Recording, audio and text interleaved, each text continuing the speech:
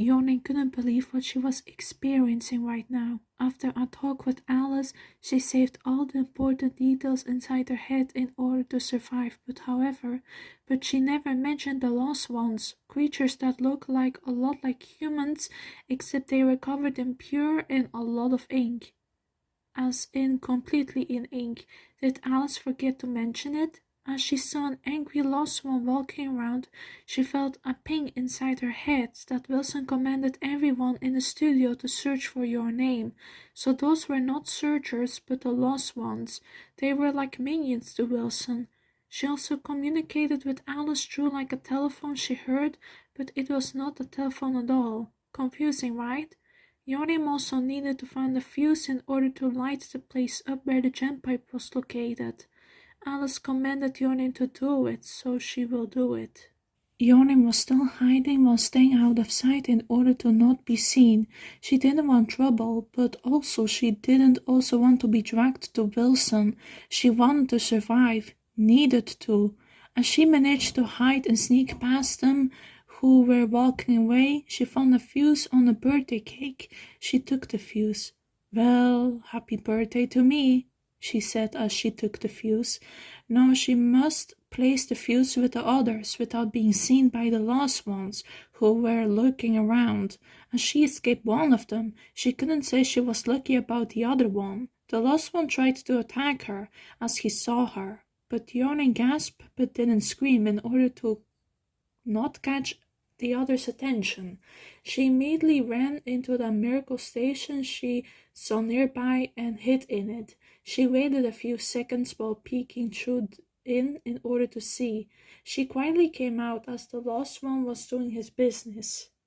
Once she arrived with the other fuses, she turned the fuse before tapping it a few times to get it to work.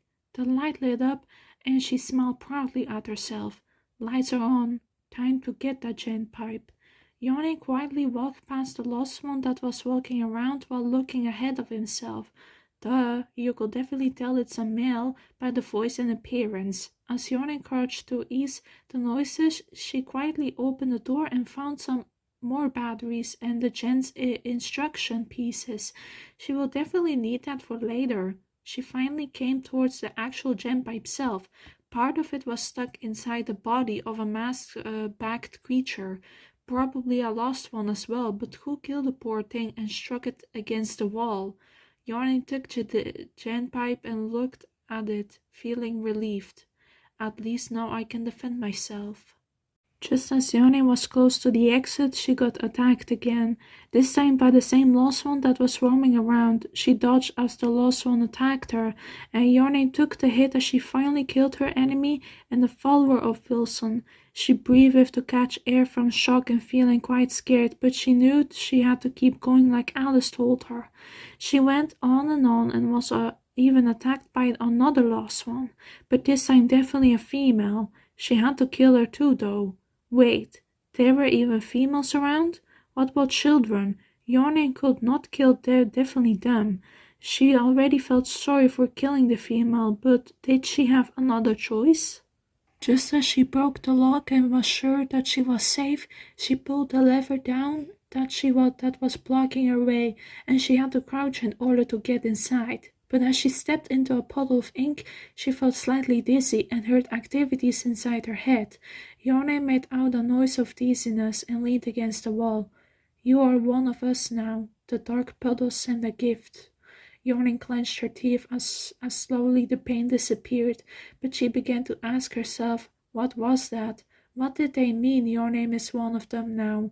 As the pain was gone, she looked around as if she wanted to clear her surroundings first. As the surroundings were clear, she went on her way, but a searcher or a lost one scared her to death by pounding on the door. She backed away in fear of being attacked, but then she saw that the lost one / searcher pounded on the wall behind him. Yonim held the gem pipe steady as she opened the door and walked towards him, but as she got closer, she stopped as she felt pain inside her hand and saw that something yellow appeared. What was that? Did she have powers now? She then turned the enemy around and touched his face, making him disappear. What in the world?